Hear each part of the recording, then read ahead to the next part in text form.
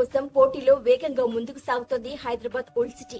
ఇప్పటికీ కొంత చారిత్రక వారసత్వాన్ని కలిగి ఉంది. ఇది కాల విధ్వంసాలను తట్టుకొని నిలుస్తోంది. అలాంటి ఒక మైలురాయి డబీర్పురా గేట్. 18వ శతాబ్దంలో నిర్మించబడిన ఇది ఒకప్పుడు ఈ నగరం కోటలలో భాగంగా ఏర్పడిన 13 చారిత్రాత్మక ద్వారాలలో ఒకటి. కాలక్రమేణా ఈ చారిత్రాత్మక ద్వారాలలో చాలా వరకు ధ్వంసమయ్యాయి. నేడు 2 మాత్రమే చెక్కు చెదరకుండా ఉన్నాయి. అందులో ఒకటి డబీర్పురా. ఇది పురాణపుల్లో ఉంది. వీటిలో డబీర్పురా గేట్ దాని ప్రత్యేకమైన నిర్మాణ శైలి, దృఢమైన నిర్మాణానికి ప్రత్యేకంగా తీర్చిదిద్దింది.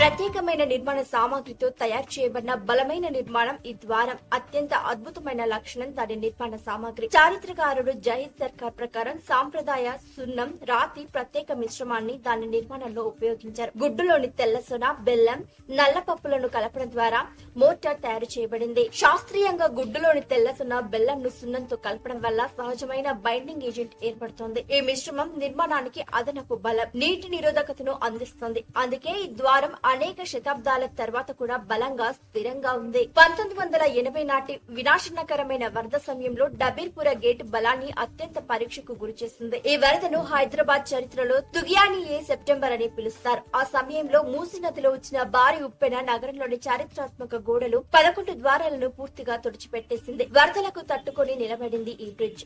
ఈ వరదల్లో వేలాది ఇళ్లు కూలిపోయాయి. పెద్ద సంఖ్యలో ప్రజలు తమ ప్రాణాలను కోల్పోయారు. కానీ ఇంత పెద్ద విపత్తు ఉన్నప్పటికీ డబీర్పురా గేట్ స్థిరంగా నిలిచింది. ఈ ఘటన ఇప్పటికీ దాని బలమైన నిర్మాణ పద్ధతులకు ఉదాహరణగా పరిగణించబడుతుంది.